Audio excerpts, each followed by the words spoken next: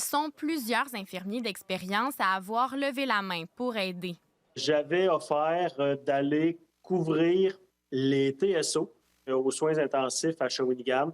Pierre Dumont a 15 ans d'expérience sur le terrain, dont 8 à l'unité des soins intensifs de l'hôpital de Shawinigan.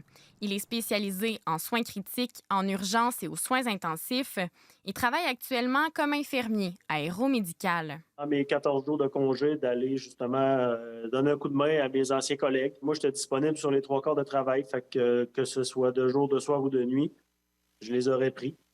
Et ça a été refusé. 2 autres infirmières qui ont demandé à rester anonymes ont vécu une expérience similaire dans d'autres établissements de la région.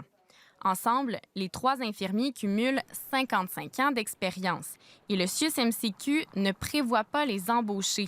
Il explique sa décision par la convention collective qui prévoit qu'une personne salariée doit offrir une disponibilité minimale de 14 quarts de travail sur une période de 28 jours. C'est trop engageant. Je comprends que le syndicat veuille faire travailler ses employés, c'est normal.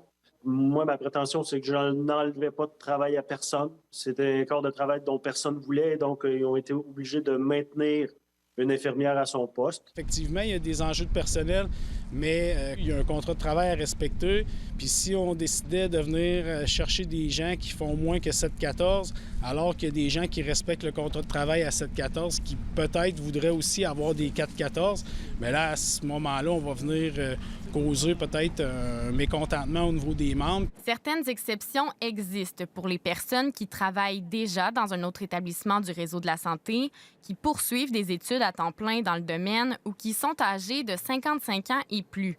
Et dans ces cas précis, l'entente exige plutôt une disponibilité minimale de 10 jours par année.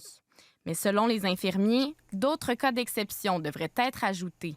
Qui permettrait à justement des gens qui sont rendus hors réseau de revenir de façon très sporadique, quelques fois par année pour dépanner. À savoir si cette solution pourrait être envisageable, le syndicat répond qu'il faudra attendre la négociation de la prochaine convention collective qui est en vigueur jusqu'en mars 2028, mais assure que ces cas d'exception pourraient faire l'objet de discussions.